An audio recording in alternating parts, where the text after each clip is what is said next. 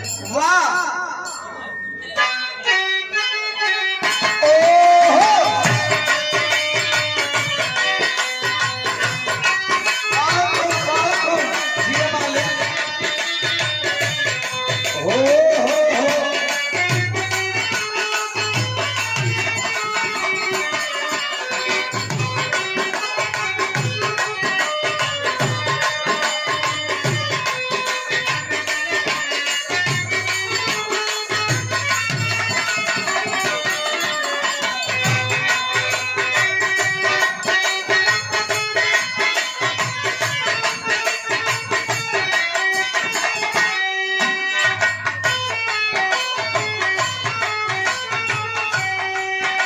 स्वागत की घड़ी में सम्मान किया गया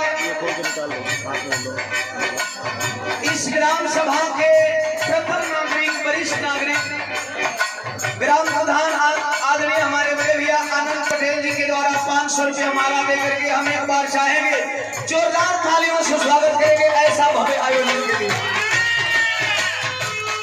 और 500 रुपया पुरस्कार हमारे भाई हैं, मामा के भतीजे हैं, एसडीओ साहब और आज के सोना भाई साहब हमारे बबुआ के चाचा बड़ी प्यार का ये तनी रात का भाग लागे 500 रुपया हमारे भाई के द्वारा मनोज भैया के द्वारा भैया के द्वारा आए हुए तमाम साथियों को प्रोत्साहन।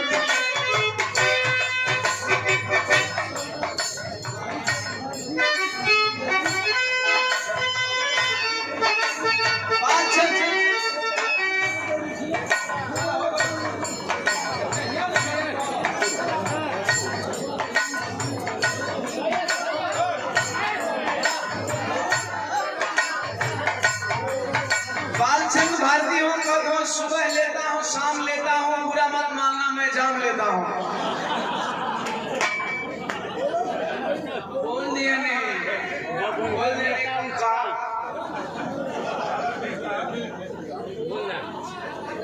बढ़ जा अब इतना घड़ी चढ़ी के बोलो चश्मा उस्मा हटा ले जितनी की मुर्गी नहीं उससे ज्यादा जगह कराई 110 रुपया देना 50 रुपया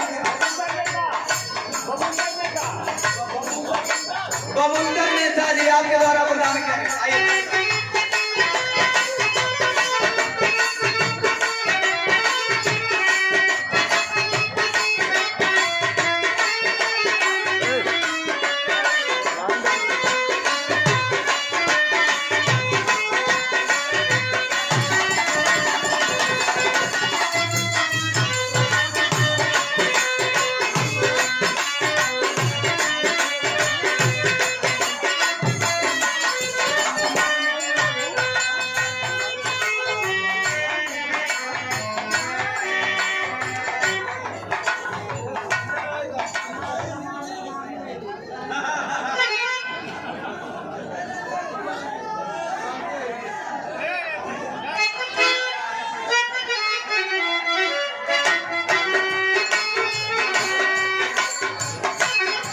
सुंदर माला 1100 रुपया दे करके सम्मान किया गया। सम्मानित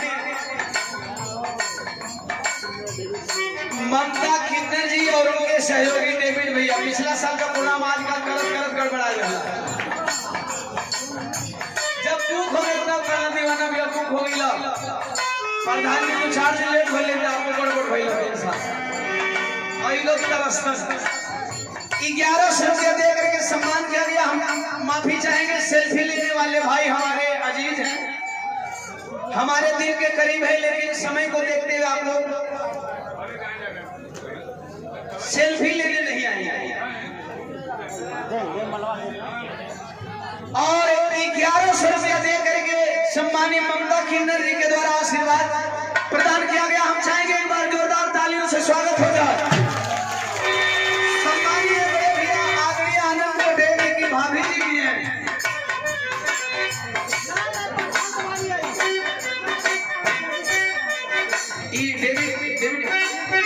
डेविड भैया के बेटवा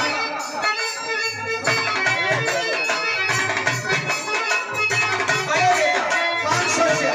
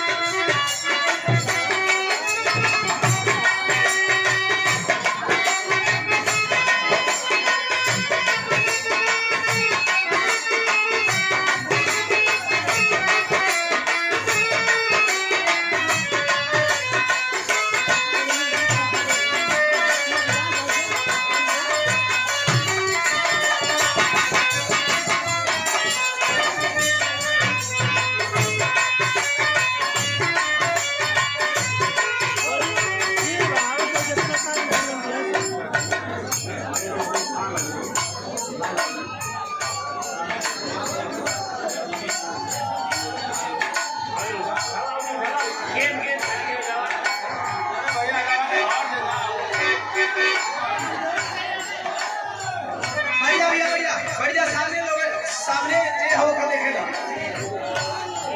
सम्मानीय संतोष कुमार सिंह जी एसआई साहब रावण सिंह से और राज बहादुर भैया बाबा साहब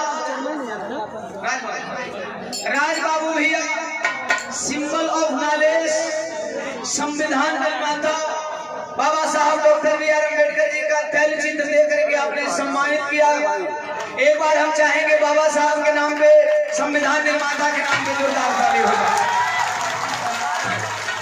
और बड़े भैया राम लखन देहाती साहब आपने सम्मान किया पूर्व प्रधान जी 500 रुपया से और 500 रुपया आदरणीय संतोष सिंह जी एसआई साहब के द्वारा सम्मानित किया गया। हम चाहेंगे सेल्फी लेने वाले भाई थोड़ा इससे बचेंगे, मंच में ज्यादा भीड़ लगेगी।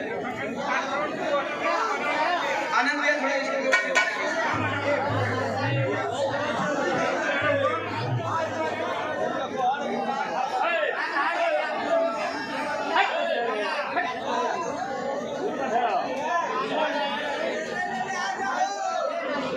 आनंद भैया इसे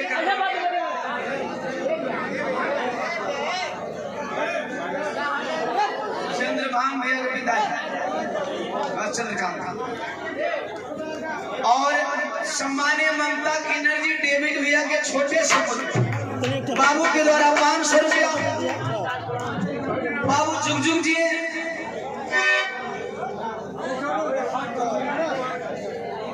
और ममता किन्नर जी के भतीजे बाबूलाल खेरा के द्वारा बहुत सारे पैसे सम्मान करे भैया के प्रणाम आए रहे तमाम साथियों को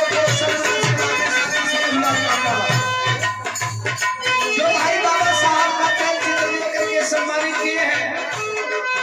हमें महापुरुषों को याद रखना है। देखिए सरदार पटेल जी का गाजीपुर की शहीदी धरती से सम्मानीय बड़े भैया मिठाई लाल यादव जी आपके द्वारा 500 रुपया से सम्मान किया गया। मंच पे भीड़ कम करेंगे आप लोग। भैया के नाम आए हैं तमाम साथियों को छत्रपति साहू जी महाराज जी को नहीं भूलना है जिन्होंने देश में आरक्षण की व्यवस्था लागू की। अपने महापुरुषों को भूलने की जरूरत नहीं है। बहुजन समाज एवं सर्वजन समाज में जन्मे तमाम संतों गुरुओं के चरणों में कोट कोट नमन करते हुए सादर जय भीम जय भारत खुदा हाफिज नमो बुधाई करता हूँ। हम चाहेंगे मंच पे स्लोली आप लोग आएंगे, कंटिन्यू नहीं आएंगे। मुझे पता है आप लोगों का प्यार है, लेकिन अगर गा नहीं पाऊंगा तो भी हमें तकलीफ होगी। देख निकल हम 20 रुपया चर्चा को भैया के प्रणाम, चाचा के प्रणाम, सबके प्रणाम। आए हैं तमाम आवाओं को प्रणाम। मास्टर वंदना का लाइव बना रहे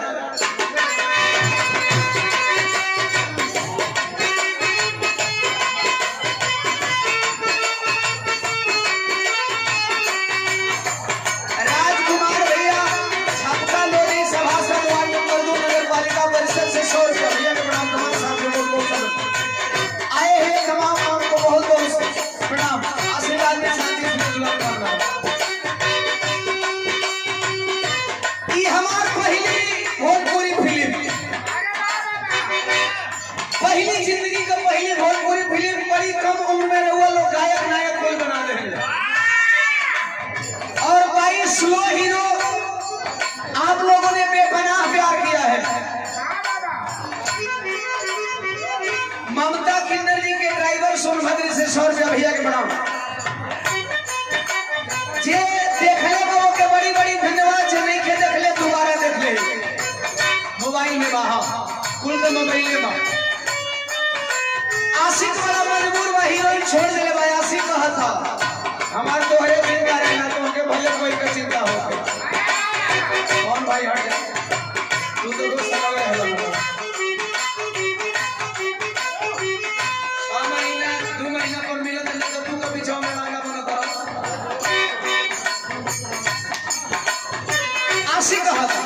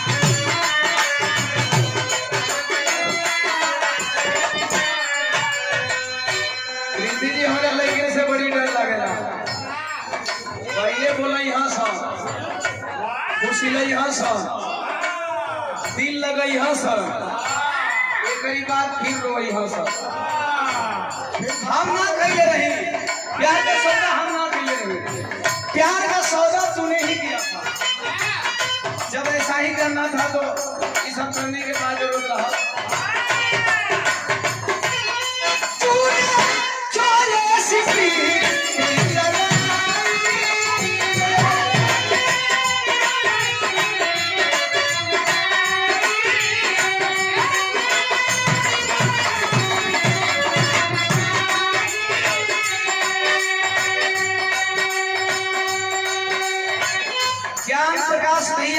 कुसुमा वाले और हम चाहेंगे जितने भी इनाम देने वाले साथी हैं मंच के उधर से ही देंगे यहाँ आप लोग आएंगे तो हमें बहुत परेशान होने वाले अब कोई 10 बार हम भगवान देवता ना है तू लोग तो भाई है तू लोग हमारा बड़े भारी वाला हम तू लोग बड़े हमेशा छोड़ पाए अब कोई आई 10 मेरी गोड़ लगी है कोई समस्या हम तू लोग गोड़ लगा वो हरे पैसा लेकर चले प्यार का लोग आ जा बैठ जा एक बार दौड़ा सीखा था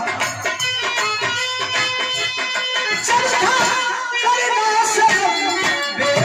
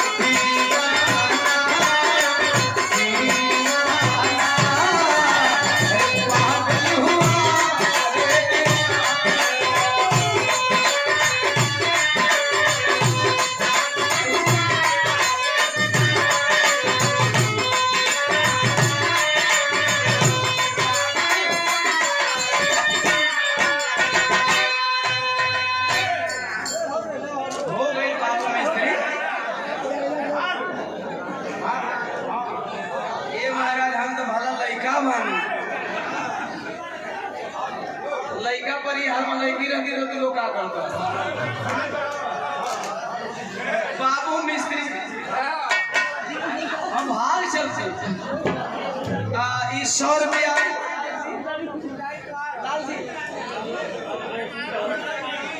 रामलाल बागी जी मरकरी सोनभद्र से आए हैं बड़ी दूर से पहली बार विराह सुनने अपने भाई के लिए आए हैं बहुत बहुत धन्यवाद नमस्ते प्रणाम भैया आराम से हट जा बेटावा का फरियाद बा हर बार मैं बताता हूँ माँ से बड़ी कोई देवी नहीं और पिता से बड़ा कोई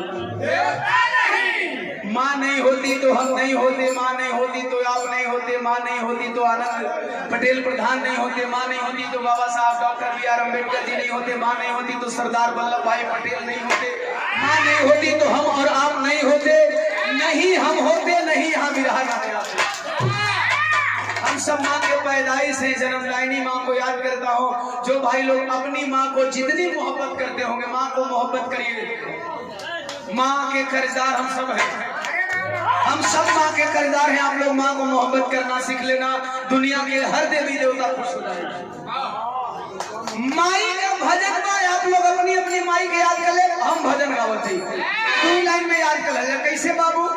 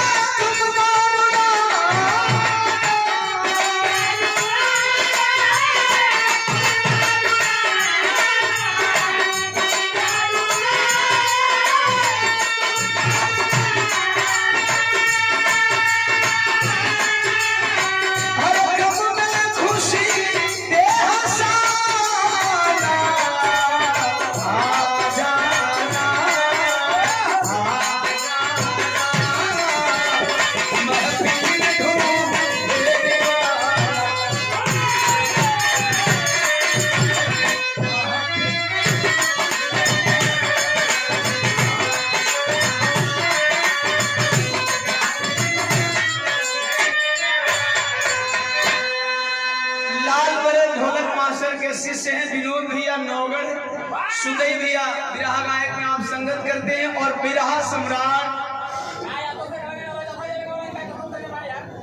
पूज्य गुरु विश्वनाथ जी के शिष्य हैं, हमारे भाई हैं। जहां भी बिरहा होता है आप अपना समय दे देते हैं।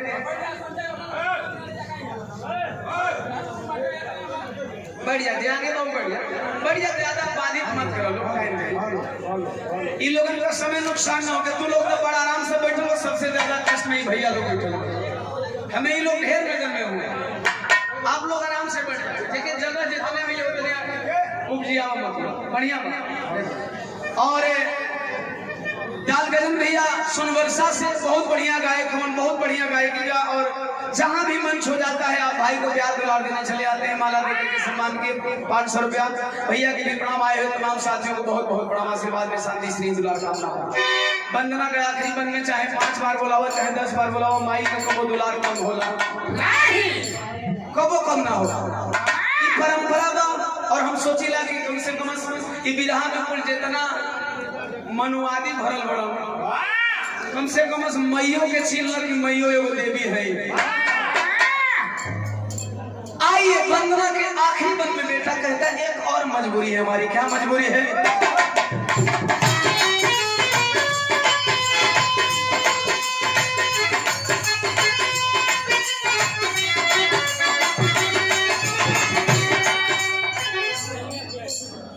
आप लोगों का माला में स्वीकार कर लिया। जे भी भाई आवता है वो लोगन को बड़ी प्यार दुलार बा हमरा साथ। ये हमार घमंड अहंकार नहीं थे, इतना लोगन का टाइम है। अगर ऐसे मना करे तो लोगन के बुरा लगे। जे माला देता सबका माला हमके स्वीकार बा, जितना लोग आवत माला लेके सबका स्वीकार बा। और जे भी माला लेके आवे का प्रयास करता सबका सब दिन हमके एक बड़ी माला पहले।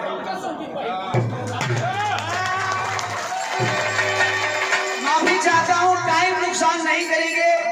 इन लाखों का उमड़ा हुआ जनसला भी है, कहीं हम लोग की खाली माला डलवा गए। हालांकि हम कोई के कले नहीं की, रउआ लोगन का प्यार में कोई के मना भी नहीं कर। लेकिन अब आ जाए सबे जवन 100 50 10 20 दे के बाद ओहरे दूरे से तनिका देके आ नाम बता दे प्यार से। हे का बड़ी टाइम लगा। हां अब मत डाला लो हैं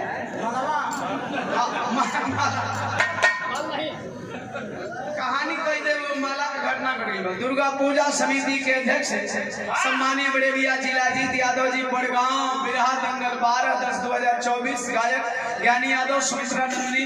जहां लगातार आप लोगों ने 3 साल गवाया। बड़े भैया आदरणीय वहां के प्रधान जी हैं हमारे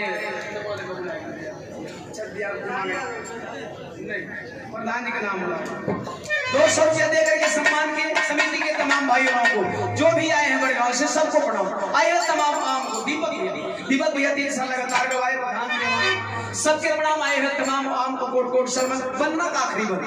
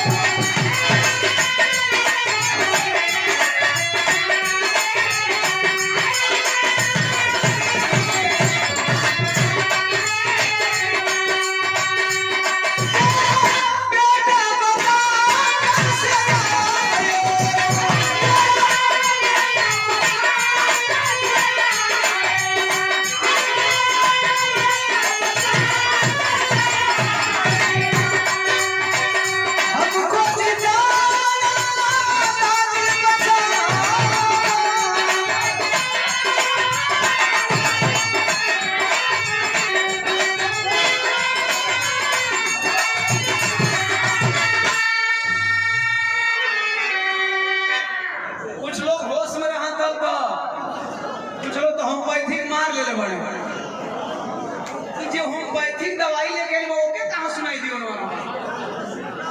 हम सबका प्यार स्वीकार कर लिए, सबका। अच्छा इतने नहीं जे पैसा लेके आवे तो करो कि जे प्यार से बैठ के सुनता 1 रुपया देवे का मूड में नहीं को करो प्यार स्वीकार। ई नहीं कि खाली हम ओकर में ईगो ना करी हम लोग। अगर खड़ा हो तो 10 लोग ए बैठे है ना तेरे बिरहा में गड़बड़ा है तो ई 100 रुपया देलन भैया के तमाम साथियों कोट कोट समझ बेटा का फरियाद है। हमको जीता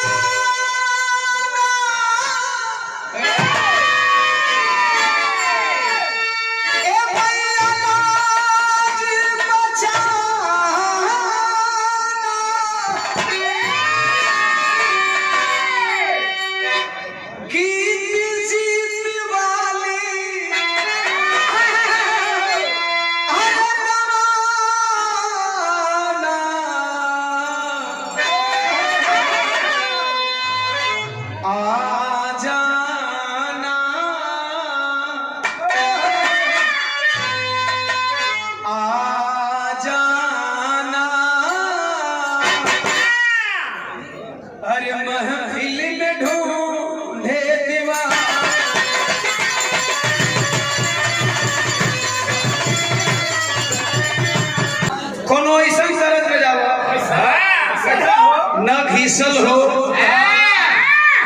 न पीटल हो, एकदम ताजा ताजा, एकदम ताजा। आओ तो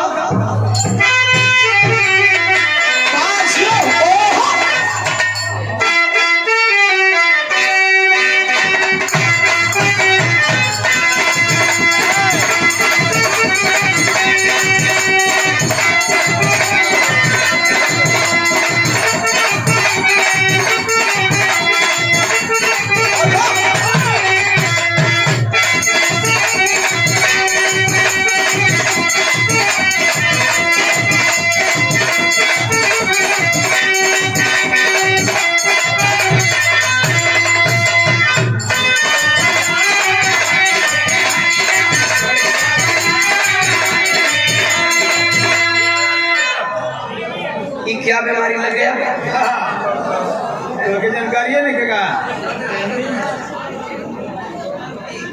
का है? सब लोग जान गए तो क्या जानकारी है ना? तो लोग जान गए हो के जान गए, जान गए हाथ हटाओ तो सब कोई जान गया। यूपी बिहार में हल्का मचल रहा तो पता ही नहीं है क्या, जरा एक बार और बताओ तो।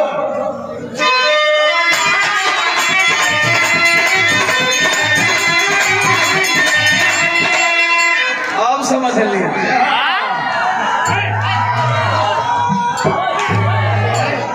अरे बैठ जाके एगो गुंजर निकल गए तो लगा वो कुछ ई सोनभद्र का शेर लोग बड़ा बढ़ जाएगा, गुंजर से का होला? कीड़ा निकाल देते हैं। वही जे इनाम का गांव नहरी मेहरारू छूटल भी है, वही तो लोग के परेशानी हो गई। अरे गुंजर रहा बढ़ जा लोग, तू लोग बढ़ जा, तू लोग बढ़ जा। जे करे कर ले गुंजर भी रहा मारो के पत्थर ले जे दबा दे। आइए ई हमार हाल फिलहाल में ट्रेंड कर रहा गीत बजाओ ना भाई लोग, सब कर दी छे से तई लाई रील पे जबरदस्त वायरल है। हमारा सीसी राई का गावल गीत बा, ई सब लोगन का प्यार बा, हमरा अंदर कुछ ना। बैठ जा लोग, बैठ जा। जब गोंजर निकल गई मराई गई, गोंजर निकल गए तो कीड़ा निकल से जा उधर भाग गए। बैठ जा, बैठ जा, जितने जल्दी बैठे हो उतने जल्दी मजा आ जाएगा। बैठ जा, बैठ जा।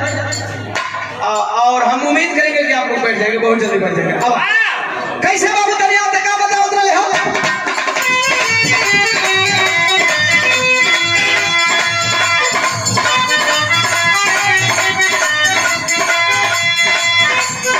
सिद्धि राज हमसे बहुत है।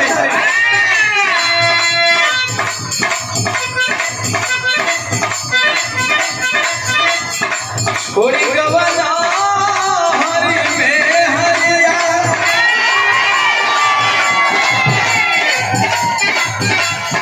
जाना तो लो। अब मन से हाथ उठावा, जे जाना था मन से हाथ उठावा तो 90% सोनभद्र जान गए, 10% बाकी। आओ कोई गवना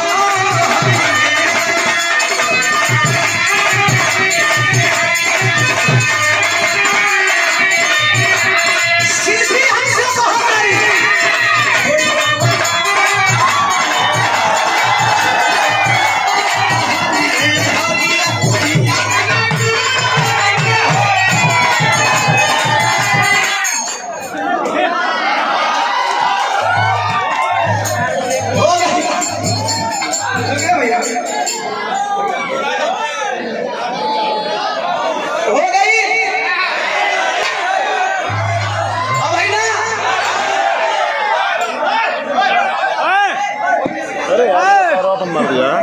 बैठा बैठा एक मिनट मन ना भरो, ऐसे ना मनो। कमला भैया के साथ नौगढ़ 3 साल से लगातार आप लोग अच्छे बता रहे हैं, भाई को प्यार दिला, 150 रुपये लेकर के सम्मान किया गया। एक बार से तुम लोग मन ना भरो, जेकर जेकर मन नहीं के भरल हल्ला करके हाथ उठा के रहे कि तो भैया ये प्यार है। प्रीति जी एक कोई छीन ना ले, एक कोई मुंह का बरियाई कोई हट जा भाई हट तू कहाँ आओ हेलो बढ़िया ई हर साल बीमारी लगे रही मन पर जब बैठे लोग आगे मना अब एक बार और भाई लोग के कागज से एक बार और हिला दिए ऐसे हम रात भर में एक बार हिलाई विराह का मंच में एक बार याद आवा हां अब एक यार ऑर्केस्ट्रा नहीं खे बना द्वारा से दो बेर हिलबो ना कर अब ऐसा ताद वक्त रतिया भाई लो तेरे जो उजिया जेबो कोई ना उन्हें जेबो ना प्रीतियो उजिया जेबो कितना जी कितना हिलावे लगे पहले वाले खाली दो ही बेर हिलावत ना वो बड़ी कहला हुआ ज्यादा हिलेगा तो गिरवे जाए आगे भाई कवा कीजिए ऐसा ही जोड़ के बोल लिए कि ये संग निकल लोग दूसरा बात समझ कहो क्या मेहरा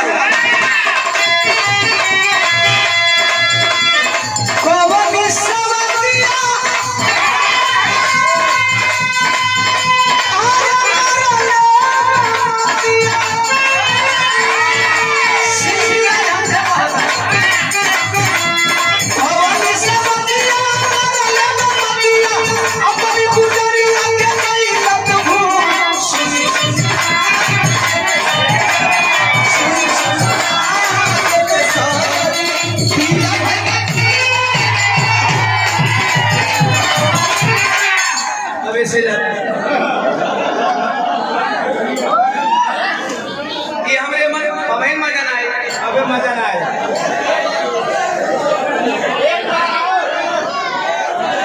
अच्छा तेरी है घर नहीं मजबा जब खूब मन करे तो लोग की तेरी आइयो तो तेरी आइयो दे लेकिन 3 ले 4 ना होई अब एक बरौरी हम को हमें दुनिया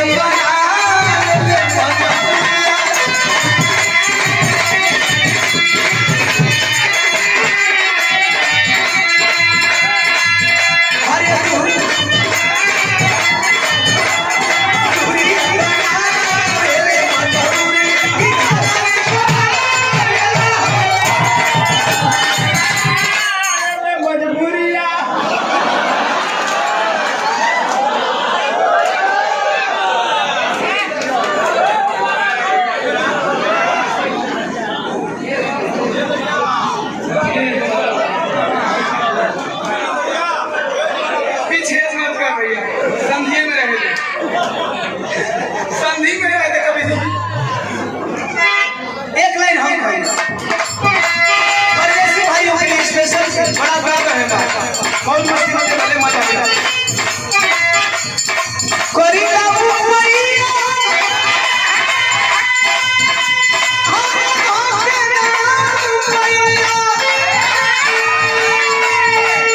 जो भाई लोग अपने बीवी बच्चा को छोड़ करके प्रधान हम तो गाँव में रहते हैं 2 महीना 4 महीना साल भर मरीज वाले भाई 2.5 साल तक रह जाते हैं जरा सोचेंगे घर में बीवी फोन करती है बच्चा बीमार है वीडियो कॉलिंग करती है कि बच्चा कहता है पापा आ जाओ लेकिन 2.5 साल से पहले वीजा वापसी न दी मजबूर वो परदेसी पति की विदाई करने क्यों बाहर आया